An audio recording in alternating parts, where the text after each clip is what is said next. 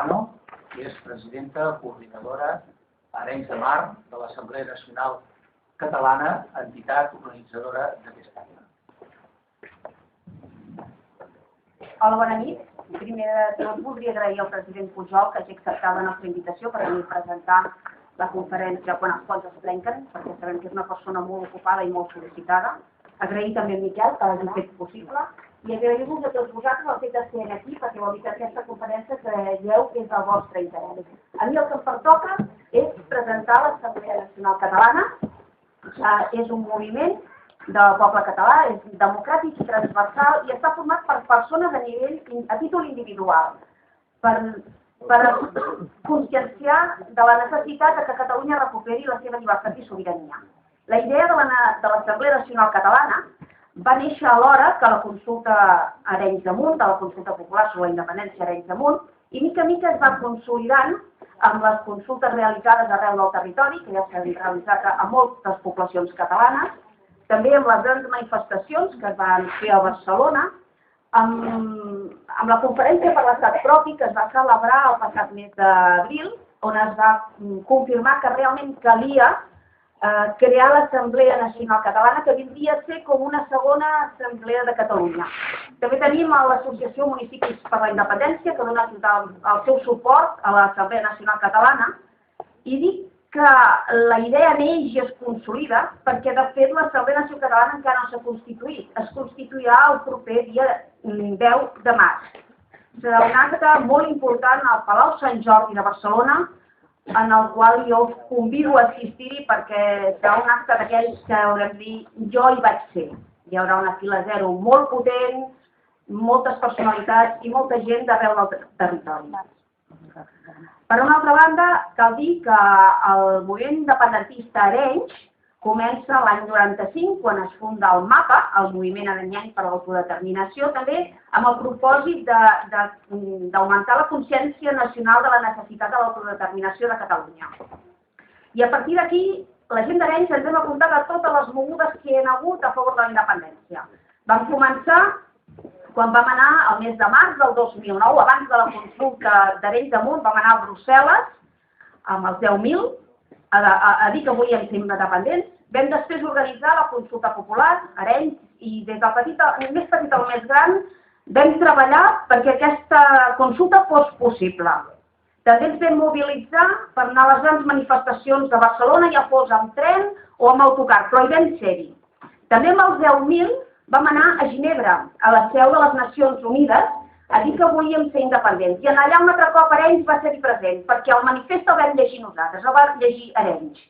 Com a Ajuntament també ens hem adherit a l'Associació de Municipis per la Independència, que ara ja plega més de 250 poblacions. I amb coses més recents, sense anar més lluny, el passat mes de gener, vam participar en la caravana per l'estat propi que es va organitzar al Maresme i vam participar-hi activament tant en la seva organització com físicament amb la mateixa caravana. A més, aquesta caravana va ser organitzada per un gran activista i persona incombustible, que el president Pujol coneix molt bé, que és en Xavier Polo. Després, el dissabte passat, vam estar a Sant Pol, amb l'acte de la retirada de la bandera espanyola del consistori, que, per cert, si voleu signar la sortida de l'acte, podeu signar donant suport a la retirada de la bandera a Sant Pol, que retornarà en la delegada del govern. I ara, l'última i més recent que estem preparant és aquest dissabte vinent a Mataró. Tornem a ser-hi presents com Arenys perquè hi haurà una festa infantil, hi haurà diables, hi haurà bastoners, hi haurà una petita manifestació i hi haurà un concert de rock que hi participarà el grup arenyenc Street. I tot això es fa per ampliar el suport de la societat civil, de convèncer-los de la necessitat i els beneficis de l'estat propi. És per això que hi hem de treballar tots, hem d'implicar les entitats i les institucions per tal de ser una força molt potent i obligar els partits polítics a proclamar en el Parlament de Catalunya la independència. I ara ja per acabar, perquè evidentment no heu vingut a escoltar-me a mi, sinó al president Pujol, només recordar-vos que l'Assemblea Nacional Catalana es constituirà el 10 de març, dissabte, al Palau Sant Jordi. Cal que hi sigueu. Si us hi voleu apuntar, ho heu de fer a través de la web www.assemblea.cat. El nostre tren està arribant i no el podem perdre. I això només depèn de nosaltres. Moltes gràcies i us deixo amb el president Pujol.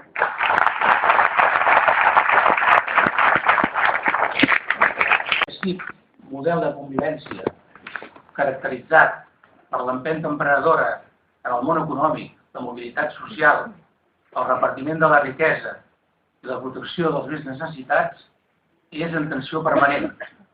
Tenim, en una paraula, reptes formidables que hem de saber encarar. El president Jordi Pujol ha dirigit amb encert el nostre país, com ja sabeu, al llarg de 23 anys. I d'ell hem après, entre altres coses, que no som una nació qualsevol. I hem escoltat dir moltes vegades que el nostre país té gruix i que no anem errats en els nostres objectius essencials ni estem del tot desorientats en relació a allò que cal fer.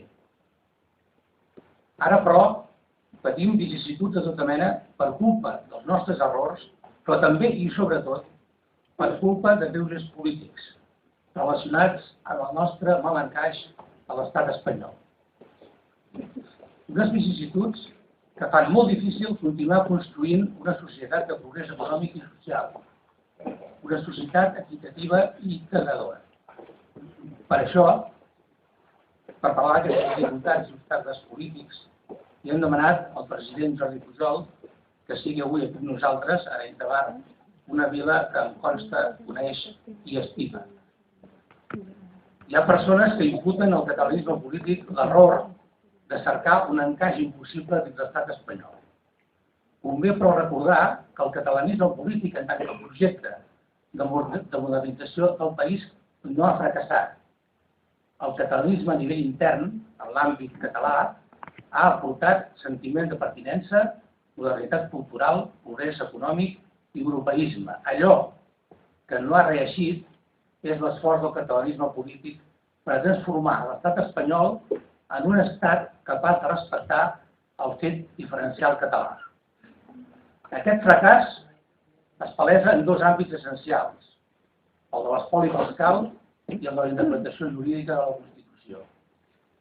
Els governs de Madrid coneixen perfectament l'espoli fiscal que any rere any és sotmès al nostre país i saben prou bé que aquest drenatge de diners que patim és injust i, a més, és insostenible per a qualsevol economia.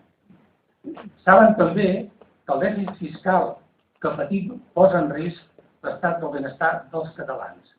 I això és considerat des de la màxima indiferència i a vegades fins i tot amb hostilitat cap a nosaltres. Pel que fa a la sentència del Tribunal Constitucional del 2010, pel del nostre Estatut d'Autonomia del 2006, i la sentència del Tribunal Suprem, cas a cas, contra la llengua catalana en l'àmbit essencial de l'educació, hem de dir amb claredat que són atacs inadmissibles a la nació catalana, al seu progrés, a la seva identitat i a la seva cultura. El títol que el president Pujol ha escollit per a la conferència d'avui, quan els ponts es trenquen, és un títol que concreta el dramatisme de la situació. La qüestió que planteja el president Pujol és clara. Podrà Catalunya continuar sent un país com cal, econòmicament capdavanter, cohesionat socialment i amb capacitat d'integració, identitari en llengua i cultura. Podrà-hi prosseguir Catalunya essent una nació com cal, si l'estat espanyol ens continua escallant financerament, si políticament ens continua rebaixant o anul·lant competències, dificultat de defensa de la nostra llengua, entorpint el nostre desenvolupament econòmic, afeblint el nostre estat del benestar. Pot ser viable Catalunya com a país, com a nació, en aquestes condicions d'espoli i menysteniment? La qüestió que planteja el president Pujol posa sobre la taula la necessitat d'analitzar si ens és barrat o no el camí a la nostra construcció nacional en el marc de l'estat espanyol. Si hem de resignar-nos a ser un país residual a Espanya i de retruc a Europa, o bé hem de traçar un camí cap a la independència política de Catalunya.